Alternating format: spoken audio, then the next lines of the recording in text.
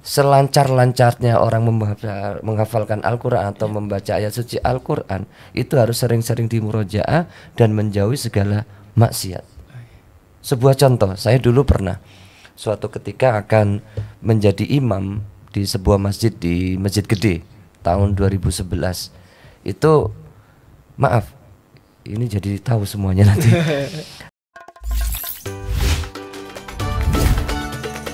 Padahal di dalam Al-Quran itu di awal-awal itu membicarakan tentang penyakit raib. La raiba fi itu. Ya. Raib itu kan penyakit hati juga ya. Terus di akhir dari Al-Quran juga membicarakan tentang penyakit was-was, penyakit hati juga kan. Ya, itu benar. Bagaimana ini penyakit-penyakit hati? Apa Imam Ghazali kan mengatakan nih, makna batin dari Al-Quran tidak akan bisa masuk ke dalam hati seseorang apabila hati itu kotor. Ternyata emang dalam awal-awal Al-Quran pun berbicara tentang penyakit hati yang berupa raib tadi. Dan di akhirnya juga penyakit was-was. Itu bagaimana Ustaz? Ini tadi dijalankan antum ini bicara tentang apa sih ikhlas gitu kan. Coba ceritain dong Ustaz. Ya, jadi ketika seseorang itu menjadikan dirinya apa tadi itu, jangan sampai terkotori atau apa tadi itu. Iya, hati terkotori sehingga makna batin dari Al-Quran tidak bisa masuk ke dalam batin seseorang. Karena pernah dikatakan oleh Imam Al-Waqi', ditanya oleh Imam Syafi'i itu, dia bertanya, wahai Imam Syafi'i, kok saya sulit sekali untuk menghafalkan Al-Quran. Lalu dijawab, Al-Quran itu adalah cahaya, dan cahaya itu tidak akan masuk kepada seseorang yang masih punya hatinya kotor atau maksiat. Karena apa? Orang yang bermaksiat atau apalagi pengguna maksiat yang selalu melakukan maksiat, maka hafalan-hafalan yang dihafalkan tidak akan bisa masuk. Ada juga tadi yang dibahas oleh Gus Toha Abror itu juga dikatakan bahwasannya banyak orang yang membaca ayat suci Al-Quran tapi masih kurang menjiwai, hafal Al-Quran, kemudian tahu tafsirnya, harus tahu mengamalkannya tapi tidak mau mengamalkannya, bahkan sebaliknya. Maka di dalam seseorang yang hatinya kotor, maka Al-Quran itu akan sulit. Maaf, selancar-lancarnya orang menghafalkan Al-Quran atau membaca ayat suci Al-Quran, itu harus sering-sering dimurojaah dan menjauhi segala maksiat. Sebuah contoh, saya dulu pernah suatu ketika akan menjadi imam di sebuah masjid di Masjid Gede tahun 2011. Itu maaf, ini jadi tahu semuanya nanti. Saya itu nggodain seseorang, padahal di situ setengah laki setengah perempuan. Itu saya godain. Jadi saya guyonin. Tapi bercanda yang namun berlebihan saya. Nah, ketika saya mau ngimamin, itu udah blank. Lupa ya? Blank. Okay. Saya membaca ayat suci di rokaat. Saya kan alhamdulillah kalau tarawih di Yogyakarta itu kan rata-rata mereka dari DKM Dewan Kepengurusan Masjid itu mintanya satu jusan itu mereka saya membaca di rokaat ketiga yang harusnya la'allahum yatadzakkarun, saya membacanya la'allahum yatafakkarun. Itu sampai saya ulang 3 sampai 4 kali terakhir, akhirnya Kulu balik gitu. Emang berarti itu ya Ustadz, selain tadi walaupun bercanda berlebihan juga ada emang mungkin pernah dimarahin sama istri itu bisa tuh. Saya juga sering kena marah istri, lupa tuh ngimamin sholatnya. Allah, setelah tambah sedih gitu ya kalau pas ngimamin tambah sedih gitu. Ternyata sering juga saya bojo keringnya buang iki ya.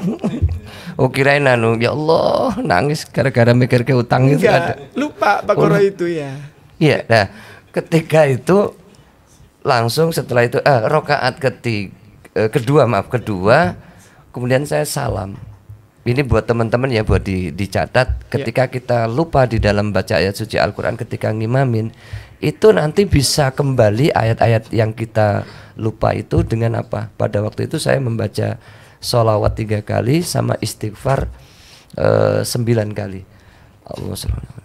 Jadi saya batin gitu, kemudian astagfirullahaladzim, astagfirullahaladzim. Lah, saya ada untungnya Ustadz. Ngimamin di kampung itu saya baca ini penggalan aja, dan saya salah, orang kampung nggak tahu itu saya sampai ayat mana lah itu. Nah, itu nyasar, habis nyasar lah cepet-cepet rukuk saya, padahal habis sholat saya tadi lupa, nggak ada yang tahu ini gimana, padahal habis dimarahin istri gimana ini. Marahin istri lagi. Itu saya teruskan sedikit ya, jadi ketika rakaat ketiga alhamdulillah ayat itu muncul kembali ya. Iya. Yang terjadi apa? Ketika saya salah,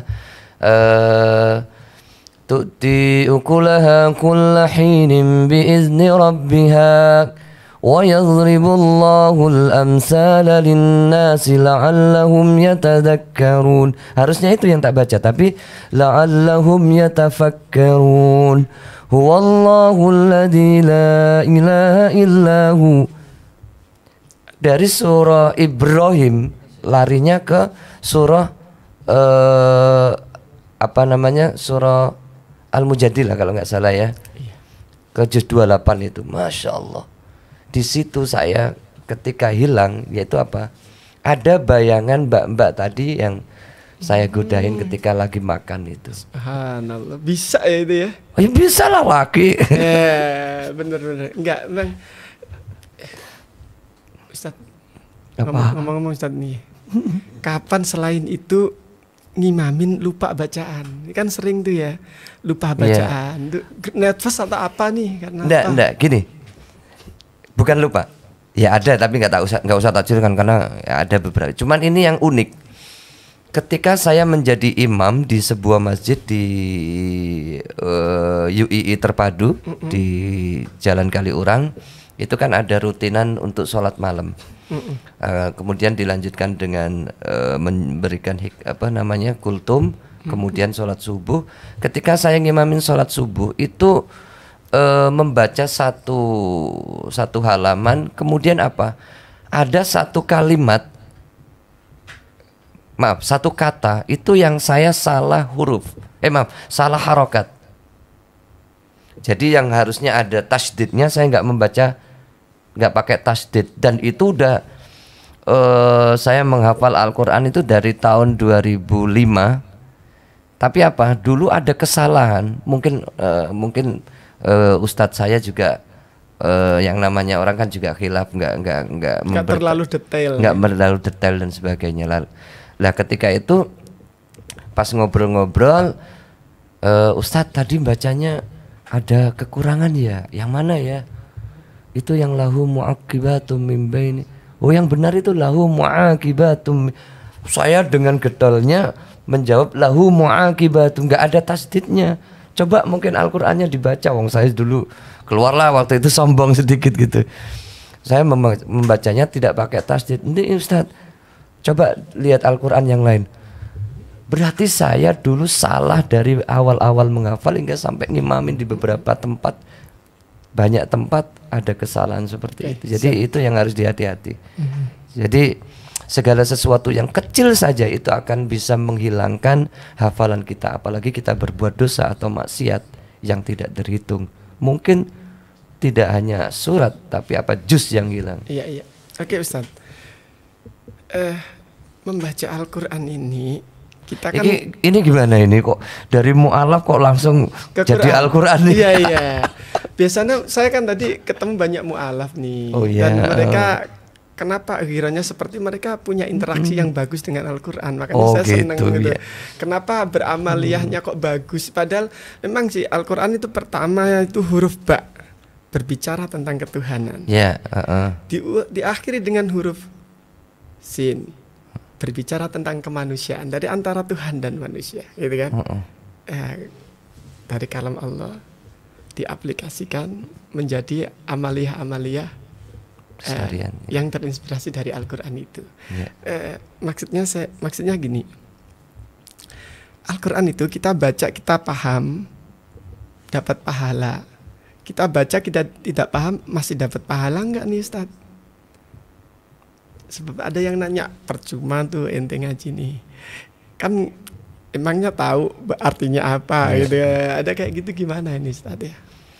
Yang jelas ketika kita membaca ayat suci Al-Quran itu harus benar dulu bacaannya gitu. Yang penting itu harus benar, tidak ada kesalahan lagi. Kemudian nanti ketika sudah bacaannya bagus, makhorijul huruf, tajwidnya juga bagus, di situ sangat dianjurkan untuk mempelajari terjemahnya atau artinya sambil dihayati, ditadaburi, atau bahkan mempelajari tentang asbabun nuzulnya. Jadi ketika kita sudah membaca ayat suci Al-Quran atau bahkan menghafalkannya, kita untuk kehidupan sehari-hari kita akan bisa menyelaraskan dengan Al-Quran. Jadi membaca ayat suci Al-Quran atau menghafalkannya, baik lafadznya, maknanya, dan juga bisa mengamalkannya, itu yang penting. Itu termasuk bentuk yasarnal Quran tadi ya? Walaqad yasarnal Qur'ana lidzikri fahal min mudzakir. Bentuk yasarnal Quran itu dimudahkan Al-Quran oleh Allah itu. Cuman kalau dari ayat tersebut kan walaqad yasarnal Qur'ana lidzikri fahal min mudzakir. Sesungguhnya Al-Quran itu sangat mudah untuk dipelajari. Namun adakah orang yang mau mengambil pelajaran dari Al-Quran itu? Ogah-ogahan dan sebagainya. Bentuk kemudahannya apa aja sih Ustaz? Loh, membaca Al-Quran itu sangat mudah, apalagi menghafalkannya itu sangat mudah. Maksudnya di situ. Mungkin dengan metode-metode, dengan tahapan-tahapan itu sangat mudah. Cuman terkadang kita itu sok-sok sibuk, malas dengan nanti waktuku habis, malah terlambat dalam pekerjaan, malah kesibukan yang lain habis hanya dengan baca ayat suci Al-Quran. Nah itu loh yang mereka yang nggak paham di situ. Iya. Dulu Ustaz, padahal sangat mudah menghafal atau membaca ayat suci Al-Quran. Kata Bismillahirrahmanirrahim itu, dulu ada raja Kaisar Romawi bersurat kepada Umar bin Khattab. Dia mengeluh tentang sakit kepala gitu kan, dalam kitab Al-Qirtos. Itu kan menyurat kepada Umar bin Khattab. Kemudian Umar bin Khattab ngasih peci ke raja ini. Setelah dipakai, sakit kepalanya hilang. Pecinya dilepas, uyang lagi nih, diselidiki itu pecinya. Ada tulisannya Bismillahirrahmanirrahim. Dalam kitab itu disebutkan fa'aslam. Kemudian dia masuk Islam. Tulisan Umar bin Khattab Bismillah itu juga. Untuk menakuti setan itu ya. Sakit kepalanya hilang. Ada lagi nih. Dulu Imam Ahmad bin Hambal itu pernah didatangi. Ada seorang raja namanya Mutawakkil alaih. Itu punya jari apa ya, budak ya, budak perempuan itu kesurupan. Terus ditambahin tabib gak mari-mari ya, akhirnya dikandakno sama Imam Ahmad bin Hambal. Istilahnya di ruqyah gitu ya. Iya, terus dalam kitab ruqyah syariah kan dikasihlah bakia, sandal dari kayu itu loh. Bilang tuh baca, kalau nggak mau keluar dari itu tak pukul sama bagiannya Imam Ahmad bin Hambal itu sampai jinnya keluar. Terus aku mirip lah, gak ganggu gitu. Tapi tidak lama kemudian ini Imam Ahmad bin Hambal meninggal, si budaknya kesurupan lagi. Ditakutin lagi, masih kesurupan, nggak sembuh. Ini bagaimana ini? Kualitas orang yang membaca Al-Quran itu pengaruh nggak ya dengan bacaannya Al-Quran tersebut? Ini gimana ya Ustaz? Ya sangat berpengaruh. Ketika siapa yang mengajarkan, siapa yang memberikan tadi, kalau itu kan istilahnya wasilah ya. Bisa juga dengan tabarukan. Kalau di orang Jawa itu biasanya kan rumah-rumahnya dikasih tulisan Umar Al-Faruq biar nanti nggak ada kejahatan, nggak ada maling, nggak ada setan dan sebagainya. Cuman itu sebenarnya kembali ke diri kita masing-masing. Kalau kita hanya sekedar menulis tapi tidak diniati karena Allah, ya nggak ada gunanya. Makanya tadi itu ya. yang memberikan tadi apa Imam Hambal, kemudian berbeda lagi. Iya, orang lain malah nggak takut jinnya, tetap kesurupan. Memang tergantung siapa yang memberikan. Sebuah contoh dulu, ketika ada seseorang yang berburu, 3 orang di sebuah sebuah hutan, itu berburu. Nggak taunya apa, di situ ada macan, harimau atau macan itu, langsung kabur, lari naik ke ke pohon. Kalau dia naik nggak bisa turun karena apa ya, harimau atau macannya ini ada di bawah. Lalu apa? Pada waktu itu 3 santri ini membaca, wah ini paling pinter, paling bagus bacaannya, makhorijul hurufnya paling bagus. Ini kalau baca Al-Fatihah suaranya sangat merdu. Ini kalau baca Yasin suaranya lancar dan sebagainya. Tapi di antara 3 ini tidak bisa mengusir setan dengan ayat-ayat Al-Qur'an tersebut. Macan ya. Ya. Lalu pada waktu itu ada seorang kakek-kakek tua yang lewat. Lalu dia cuma membaca, kalau tidak salah waktu itu, suratul Fatihah dengan bacaan yang biasa-biasa aja. Alhamdulillahirabbil alamin arrahmanirrahim maliki yaumiddin. Tapi karena si kakek ini membacanya dengan ikhlas, membacanya dengan lillahi ta'ala, minta ridhonya Allah Subhanahu wa taala, akhirnya macannya ini kabur. Termasuk kemudahan Allah memudahkan Al-Qur'an dalam bentuk khasiat bacaan Al-Qur'an, termasuk ya. Yeah. Mengusir macan tadi ya. Kalau sekarang macan malah seneng, anak-anak muda macan. Mama itu? Cantik. Mulai ini. Kenapa Ustaz? Ini presenter ini. Mama muda ya, udah 9 tahun. Ya, mudah-mudahan nanti ya. Ini gini lagi Ustaz. Kalau di sini kan ada pelajaran tahsin ya. Tahsin. Dulu kok pernah gini Ustaz. Pernah ngikut tahsin. Begitu kita taruhlah sudah ada perubahan, mulai dari bacaannya lebih bagus dan lain-lain. Tartil bacaan juga bagus. Kemudian di kampung kita mendapati imam kok enggak seharusnya itu enggak speknya gitu dah, macam gini masa timbul dan lain. Itu sering nggak kira-kira dialami oleh orang yang belajar seperti itu, kira-kira sering ya? Saya termasuk orang yang seperti itu dulu ya. Iya. Jadi ketika ada seorang imam yang memang bacaannya kurang tepat, makhorijul hurufnya nggak bagus, tajwidnya kurang bagus, tapi suaranya enak. Nah, pada waktu itu sering saya itu mengikuti sebelum sampai dia membaca suratul Fatihah. Pernah Allah sampai mulai dari setelah iqamah, si imam ini meluruskan softnya makmum, lalu membaca suratul Fatihah. A'udzubillah, Bismillahnya bagus sekali. Bismillahirrahmanirrahim. Alhamdulillahi rabbil alamin. Di situ saya agak terhenti, masya Allah. Suaranya bagus tapi makhorijul hurufnya masih ada yang kurang benar gitu. Nah, pada waktu itu tugas kita sebagai seorang pemuda, tapi bukan berarti neranyak loh, bukan berarti untuk merendahkan si orang sepuh itu, si imam sepuh tadi itu. Tapi suatu ketika kita ngobrol-ngobrol dengan takmirnya, ngobrol dengan baik, dengan secara muslim lah, iya, persuasif tadi. Seharusnya ketika membaca ayat suci Al-Quran lebih baik nganya dihilangkan, jadi ainnya lebih di dalam. Tapi itu tidak satu orang yang kita ngobrol untuk semuanya. Karena apa? Memang pada waktu itu masih banyak jamaah-jamaah di sana, terutama ibu-ibu, ketika membaca ayat suci Al-Quran itu makhorijul hurufnya kurang pas. Nah, kita kalau bahasa Jawanya harus ngepek di sore, nggak boleh kemudian di atasnya.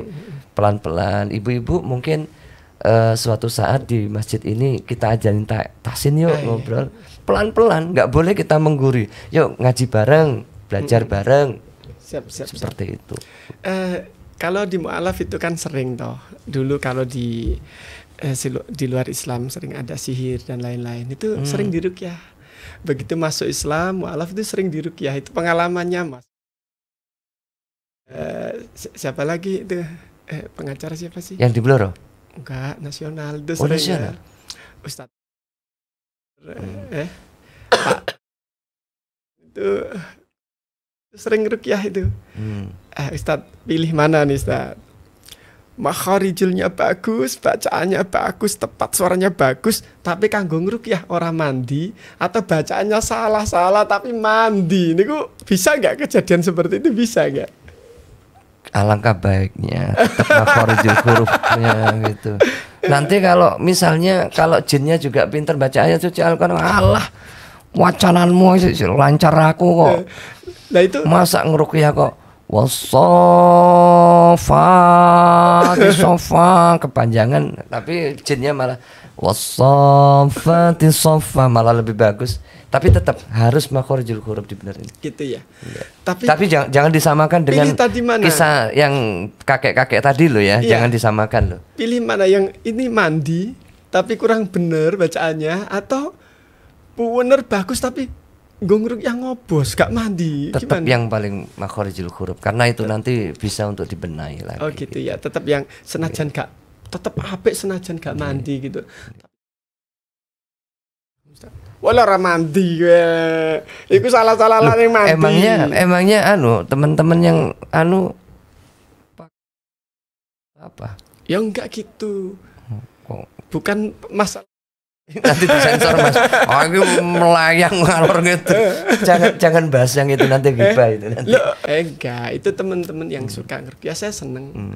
Beberapa kali di ruqyah itu kadang masuk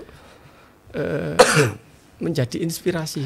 Kalau saya lebih suka kalau tadi itu ya, antara bacaannya nggak bagus tapi mandi, nggak bacaannya bagus tapi kurang mandi. Yang namanya orang meruqyah itu kan bertahap, step by step. Nggak bisa kemudian langsung jinnya bagus terus mandi. Insya Allah semakin bagus itu orang meruqyah itu efeknya lebih bagus. Ya. Saya pernah beberapa waktu yang lalu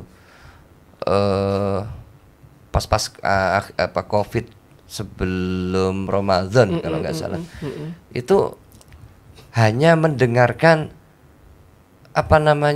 suara seseorang di YouTube, si jin ini ketakutan kok.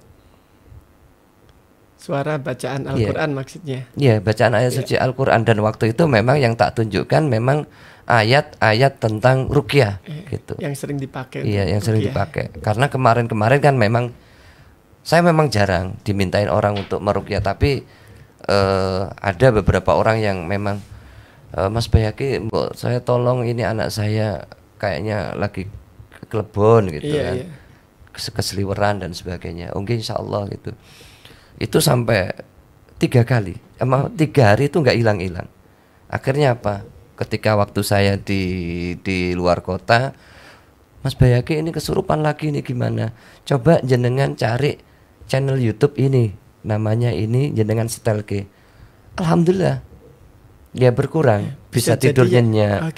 Dan akhirnya yang terakhir hari keempat waktu itu saya jadi, karena apa? Di situ memang si orang yang kesurupan ini memang kayak mau ngamuk gitu loh, sampai mau mukul orang tuanya. Dan memang nun sewu, yang pertama orang meruqyah itu nggak boleh dengan kata-kata keras, nggak boleh metu orang metu buanting gue, itu nggak boleh. Nggak boleh. Jadi kalau pengen interaksi ya interaksi yang baik-baik aja gitu loh. Karena apa?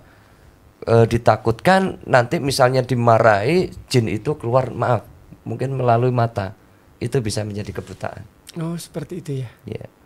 Ini dari pengalaman meruqyah ya Ustaz ya. Dan alhamdulillah pas hari keempat yang ketiga yang saya ceritakan, channel YouTube itu channel YouTube Al Bayaki Arif Official. Di situ ada ruqyah. Oh iya. Jangan lupa subscribe ya. Wah, ini promo lagi Ustaz. Itu namanya kan Bayaki. Itu Dari Imam Al-Baihaqi, ahli hadis. Masya Allah. Itu sejarahnya gimana sih Ustaz? Nanti cari-cari sendiri aja. Jadi seperti itu ya masalah ruqyah. Buat teman-teman ya alangkah baiknya bacaan ayat suci Al-Qur'annya itu lebih diperbagusi. Jangan kemudian Allah dengan bacaan saya seperti ini aja udah setannya udah kabur, kesurupannya udah sembuh. Tidak seperti itu. Karena apa? Semakin kesini zaman itu semakin orang itu menilai Islam. Terutama apa? Yang sering kedengaran itu kan azan sama ayat-ayat suci Al-Qur'an. Nanti kalau ada seorang mau masuk Islam, kalau dengar orang baca ayat suci Al-Qur'an yang nggak bagus, ini bisa menjadi orang lain itu nanti yang ingin masuk Islam kurang bagus. Bukan, maksudnya pengen masuk Islam itu kayak ragu-ragu gitu loh karena bacaan. Oh, dene bacaan Qur'anmu ngene lah, jangan seperti itu.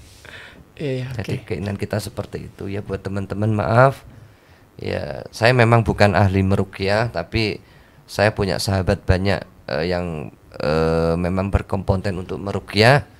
Insya Allah sedikit banyak bacaan ayat suci Al-Qur'an ini juga bagus. Untuk masalah yang tadi ya dipelajari lagi makhorijul huruf, tajwidnya. Jangan mengandalkan irama saja, tapi makhorijul hurufnya juga harus. Iya. Apa sih keuntungan kalau kita ini sering-sering baca Quran? Keuntungannya apa sih Ustaz? Inna nahnu nazzalna dzikra wa inna lahu lahafidun. Insyaallah kalau kita mau menjaga kalam-kalam Allah, kita akan dijaga segala-galanya oleh Allah Subhanahu wa taala. Mulai dari kehidupan kita, materi kita, bahkan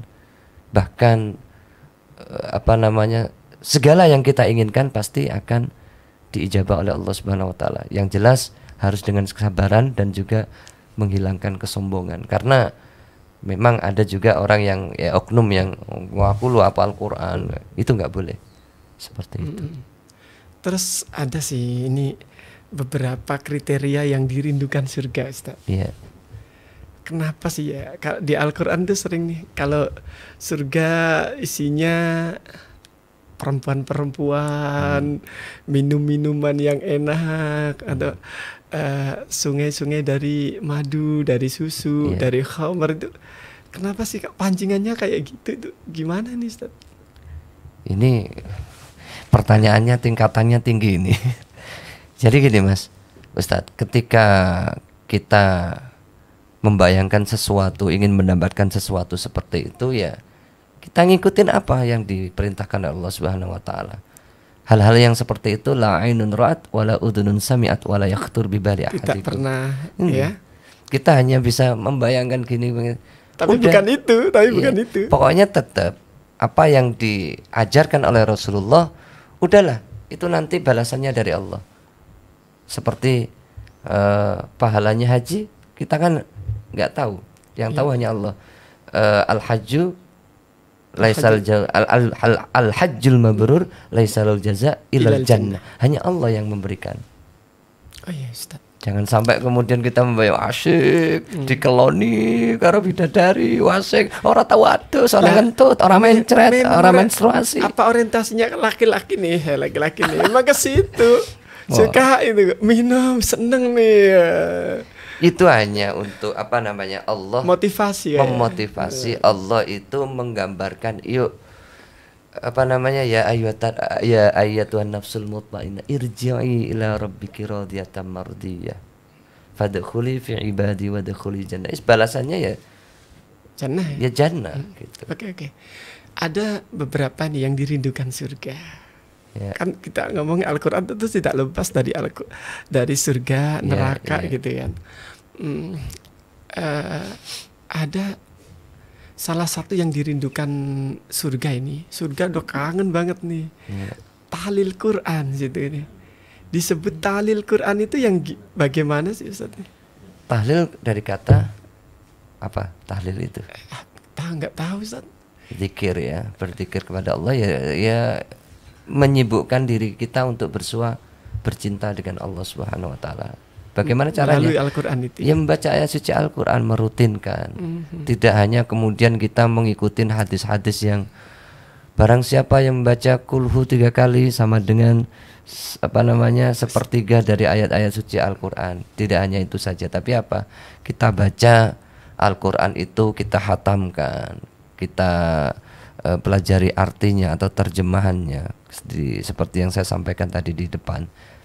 Itu memang seharusnya kita haus untuk membaca ayat suci Al-Quran. Jangan sampai kemudian kita menyibukkan duniawi tapi kita lupa akhirat kita. Pokoknya paling gampang itu cari pahala ya dengan baca ayat suci Al-Quran. Dan alhamdulillah saya pribadi ini punya program bersama teman-teman di Majelis Istimewa Quran Yogyakarta. Itu ada beberapa pengusaha, ada pengusaha buah-buahan, ada pengusaha material, kemudian pengusaha ayam, kemudian seorang kiai yang punya pesantren itu meminta kita untuk membaca ayat suci Al-Quran dalam sehari itu 10 juz. Jadi kalau ada one day one juz, kalau saya one day 10 juz, ya 10 juz itu alhamdulillah. Jadi setiap sehari 10 3 hari khatam. Dan keberkahannya Masya Allah itu tidak hanya bagi yang membaca, tapi orang yang ditempati itu. Dan mereka minta Mas, bukan kita yang menyodorkan. Karena apa? Dari telinga, dari mulut sahabat-sahabatnya, alhamdulillah aku ngadaki acara seperti ini, alhamdulillah Al-Quran aktivitasku malah enjoy, berkah, lancar dan sebagainya. Saya ada pengalaman ini Ustaz. Waktu itu dulu awal-awal ya, ada teman kami ini, Kiai Samping Lepen, itu bikin acara SDSJ. Apa itu? Setunggal dinten, setunggal jus. Itu aslinya ya, kalau wanti-wan jus kan dia nggak mau Jawa gitu nih. Setunggal dinten, setunggal jus. Belum katam sampai 30 juz, dalam artian belum sampai 30 hari itu Allah datangin tuh mobil Etios baru pakai. Subhanallah, betul itu. Setelah program itu hilang, Allah gerakkan lagi yang punya mobil, ambil, gentilah program kita, betul gak ya? Ya mudah-mudahan itu nggak terjadi lah. Tapi enggak, maksudnya sudah dapat pahala wakaf pemakaian dan menjadi wasilah. Allah ternyata nggak diambil gitu aja, Allah nggak diambil kok, mau dikasih yang lebih gede cc-nya ya.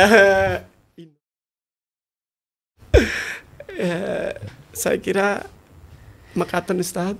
Ya, terima kasih juga. Saya juga mohon maaf ini karena podcastnya ini kita subhanallah tengah hari, dini hari.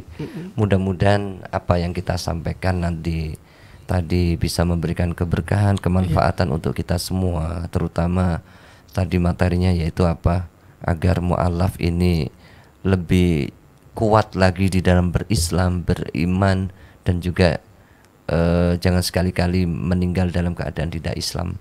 Naudzubillah summa naudzubillah. Dari saya pribadi Ustadz dan juga sahabatku Vertizon TV Mu'alaf Center Indonesia, apabila ada kekurangan, kesalahan atau kelebihan atau hal-hal yang mungkin dianggap tidak bagus, tidak baik, saya pribadi mohon maaf yang sebesar-besarnya. Mungkin itu dari saya. Wassalamualaikum warahmatullahi wabarakatuh. Saya kira juga Ustaz. Waalaikumsalam warahmatullahi wabarakatuh.